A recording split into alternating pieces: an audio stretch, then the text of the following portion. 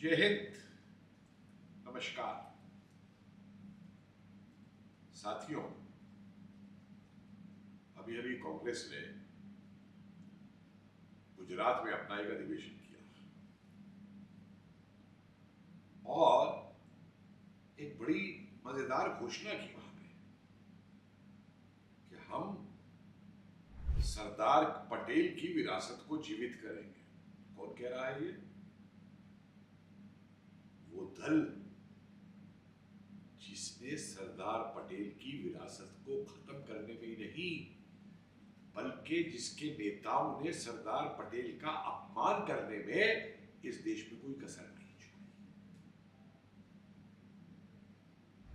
राहुल गांधी सरदार पटेल की विरासत क्या है इसे समझने के लिए, उस पर कार्य करने के लिए क्या तुमने सरदार पटेल के भाषण पढ़े हैं कभी? उनके पत्र पढ़े हैं कभी उनके जो कार्य थे उनका मूल्यांकन किया है? जो भविष्यवाणियां उन्होंने की थी, जिस दिशा में वो देश को ले जाना चाहते थे, कभी उस पर सोचा है? क्यों सोचते भाई? तुम तो अपने खानदान के चाचा नेहरू की विरासत पे चलने वाले हो, और नेहरू ने क्या नहीं किया था सरदार पटेल के लिए, उनको नीचा दिखाने के लिए, यहां तक कि उनकी मृत्यु पे राष्ट्रपति तक से कहा कि वो ना जाए। सोमनाथ का मंदिर जब बनवा रहे थे सरदार पटेल, तब नेहरू ने क्या किया था? 370 का जब विरोध कर रहे थे सरदार पटेल, तब नेहरू ने क्या किया? और आज संसद से कानून पारित होने के बाद भी तुम कहते फिरते हो कि हम 370 को वापस लाएंगे। ये विरासत निभाएंगे सरदार पटेल की कि वापस इस देश में 2 झंडे और 2 कानून लाएंगे। सरदार पटेल जिन्होंने इतना बड़ा त्याग किया, मैं तो मानूंगा गलत किया त्याग वो, कि गांधी के कहने पे कांग्रेस के अध्यक्ष पद का वो छोड़ दिया था नेहरू को देने के लिए 1946 में। किसी ने नाम नहीं भेजा था नेहरू का, सरदार पटेल का ही नाम आया था।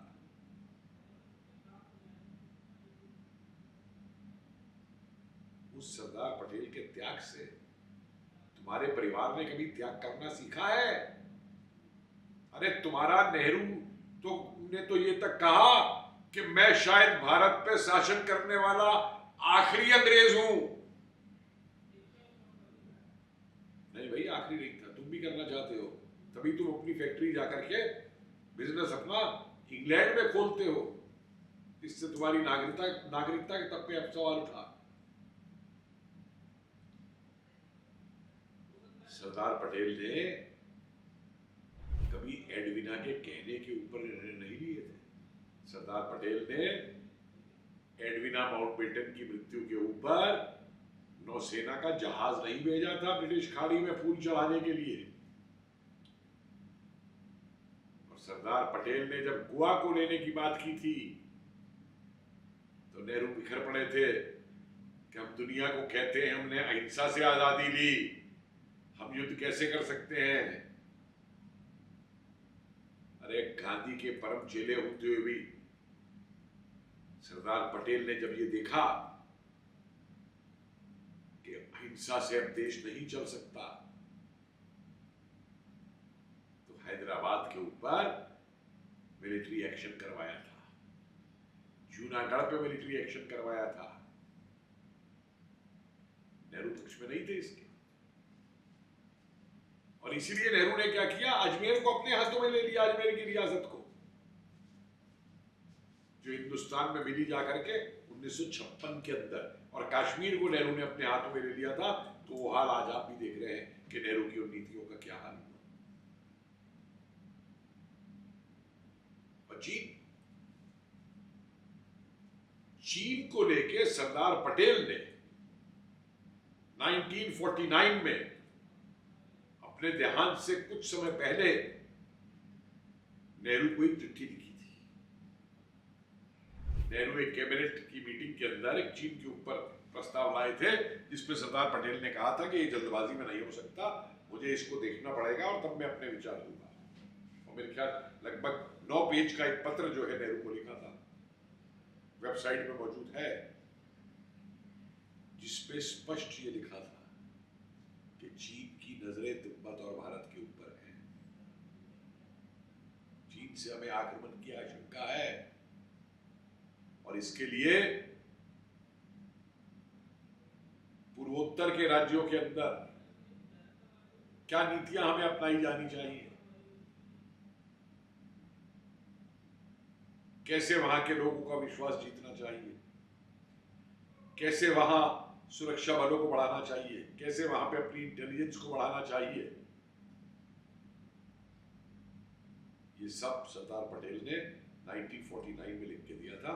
इसको नेहरू ने टोकरी में फेंक दिया और हिंदी चीनी भाई भाई करके जो नतीजा 1962 में हुआ वो आपके सामने है। और यही नहीं,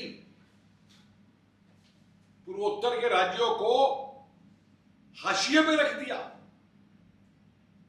कि ये पेरिफेरी है, मेन स्ट्रीम तो हम है दिल्ली के अंदर। जो राज्यों का विकास होना चाहिए था सैनिक दृष्टि से या जनता के विकास की दृष्टि से, वो नहीं। और जब वो शुरू हुआ तो मिर्ची लगने लग गई। बात करते हैं ये पटेल की नीति की।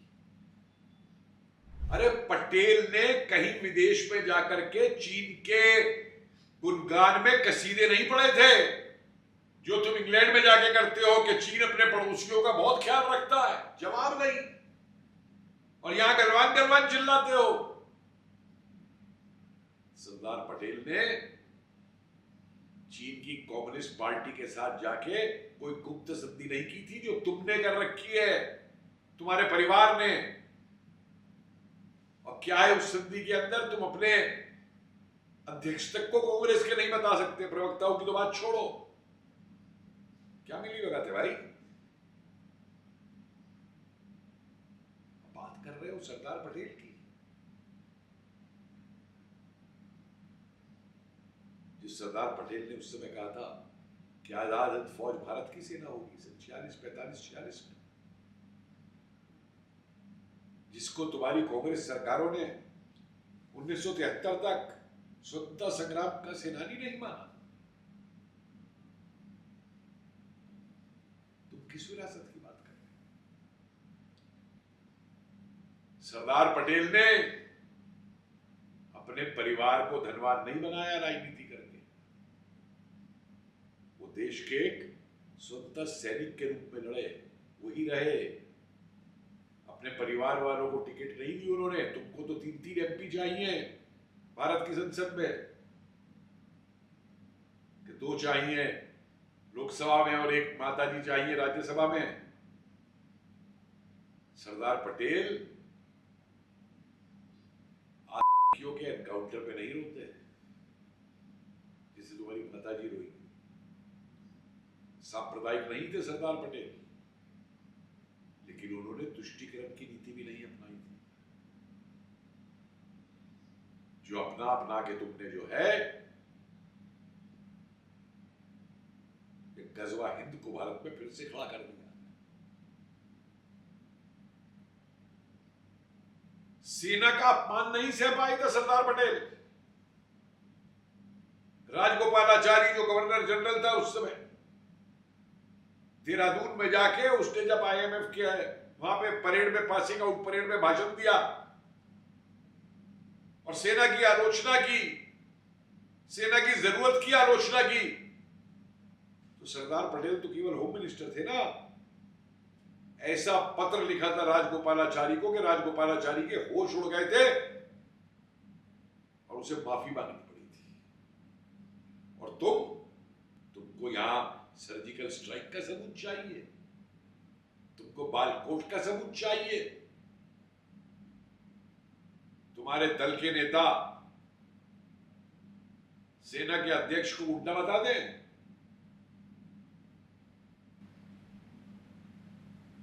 जवाब नहीं। तुम बात करते हो देश की। अरे राहुल गांधी, कभी 2 रात जाके बिता देना सियाचिन के ऊपर, या 2 रात जाके बता देना कच्छ की खाड़ी में या मणिपुर के जंगलात में। तुम्हें पता चल जाएगा कि इस देश का सैनिक अपने परिवार को छोड़ के, अपने प्यारों को छोड़ के 24 घंटे इस देश की रक्षा संविधान की वो करता है, इस देश की भूमि की रक्षा वो करता है, ना कि तुम्हारी वो एकता यात्रा जिसमें सूरज जैसे भारत विरोधी के एजेंट तक आते हैं, या तुम्हारी वो मीटिंगें जो तो अमेरिका में करते हो जिसमें खालिस्तानी तक बैठे होते हैं, या उसके पिटरूदा तुम्हारा जो सिखों के नरसंहार में कहता है हुआ तो हुआ। ये है विरासत सरदार पटेल की। सरदार पटेल ने कोई आर्थिक घोटाला नहीं किया, और अपने कांग्रेस काल के जरा घोटालों को एक बार नजर तो मार लो। सरदार पटेल ने भी राष्ट्रवादी अखबार को अपनी निजी संपत्ति नहीं बनाया। सरदार पटेल को तो भारत रत्न भी नरसिम्हा राव के समय में आके मिला 1991 में। तब तक तुम कांग्रेसियों को याद नहीं आई थी। नेहरू ने तो खुद अपने को भारत रत्न दे दिया था, इंदिरा गांधी को, सभी और कांग्रेसियों को दे दिया था। और क्या यही कारण था कि नरसिम्हा राव का देहांत होने पे तुमने उनके शव को कांग्रेस दफ्तर तक भी नहीं रखने दिया अंतिम दर्शन के लिए, कांग्रेस के ही लोगों द्वारा? जवाब नहीं। सरदार पटेल ने नेहरू की सरकार की भी देश में भी आलोचना नहीं की, पब्लिक में। और तुम तो जाके भारत की सरकार की विदेशों में परकच्चे उड़ाने की कोशिश करते हो। यह है तुम्हारी सत्ता की हवस। और जब वो हवस पूरी नहीं हो पा रही तुम्हारी, जनता एक के बाद एक तुम्हें चुनाव में दुत्कार रही है, गुजरात में तो खास तौर से, जहां इतने सालों से कांग्रेस की प्रांत तक में सरकार नहीं है, तो तुम्हें सरदार पटेल याद आते हैं।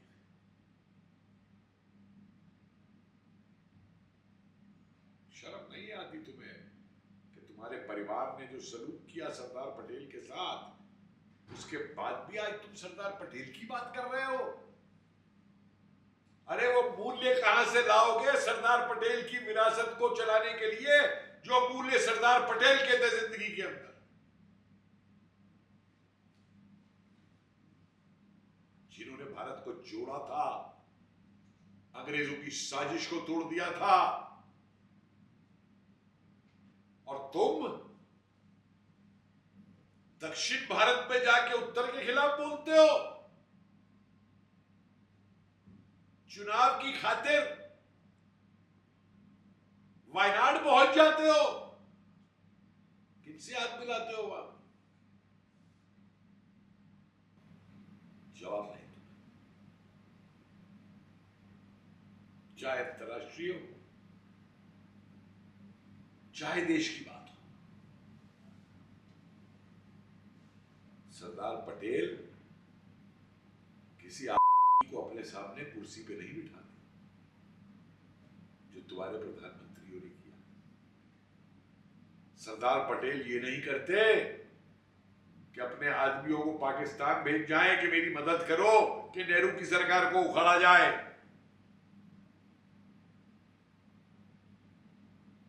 जो तुम्हारे मणिशंकर अय्यर करते हैं पाकिस्तान में जाके कि हमारी मदद कर दो मोदी को उखाड़ने के लिए, ये सरदार पटेल में और तुम्हारे नेहरू खानदान। बहुत सी बातों में सरदार पटेल की नहीं बनती थी नेहरू से।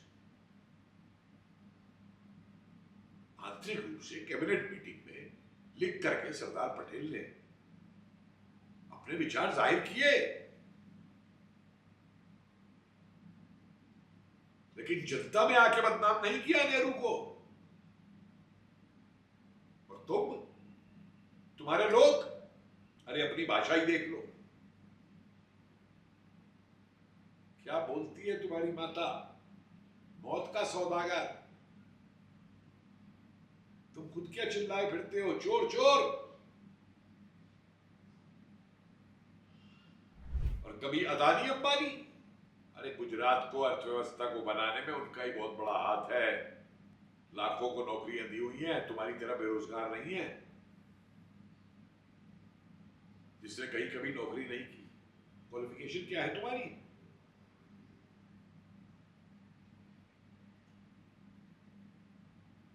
लेकिन हर किसी पे तुम्हें कटाक्ष करना है, बद्दी भाषा बोलनी है। खड़गे तुम्हारा, उसकी भाषा देखी है कभी?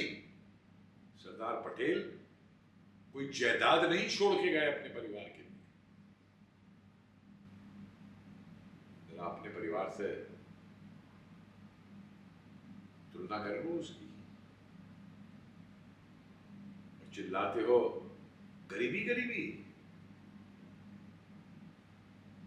सरदार पटेल ने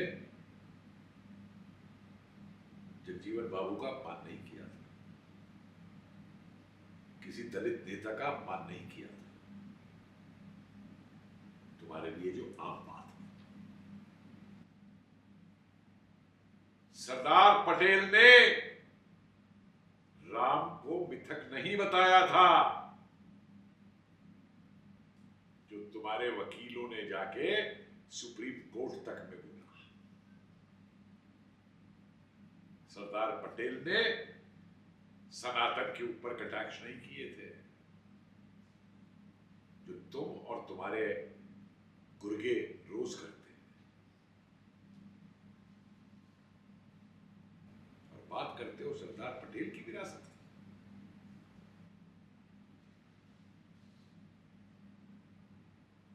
मैं तो हैरान हूं कि ये नाम भी तुम्हारे मुंह पे कैसे आ गया, ये विरासत की बात तुम्हारे मुंह पे कैसे आ गई? क्या नेहरू की विरासत अब फेल हो गई है, उसको कैश नहीं कर पा रहे हो, तो अब सरदार पटेल की याद आ रही है? कभी बाबा साहब की भी आती है, तुम बहुत हल्ला मचाते हो। और नेहरू ने क्या सलूक किया था बाबा साहब से? बाबा साहब ने इस्तीफा तक दिया था नेहरू की कैबिनेट से, वो भी याद कर। लेकिन तुमको वोट चाहिए ना, तो एक बात समझ लो राहुल गांधी, ये देश वास्तविकता जानता है। और गुजरात के लोग तो तुम्हारी कांग्रेसी सरकारों को देख चुके हैं वहां पे, तभी तुमको इतने साल से बाहर कर रखा है वहां, और ना आने देंगे। किसी भ्रम में मत रहना, क्योंकि वो जानते हैं कि कांग्रेस क्या है। देश जानता है कि कांग्रेस इस देश को किधर ले जाना चाहती है। सारे अराजकतावादी, लुटियन, जिहादियों के समर्थक, कट्टरवादी, आज सारे के सारे वहां मौजूद हैं। और उनके लिए आवाजें उठाने को देश और विदेश में तुम मौजूद हो राहुल गांधी। तो लगे रहो मुन्ना भाई, देश और जनता जानती है उन्हें क्या करना है। जय हिंद।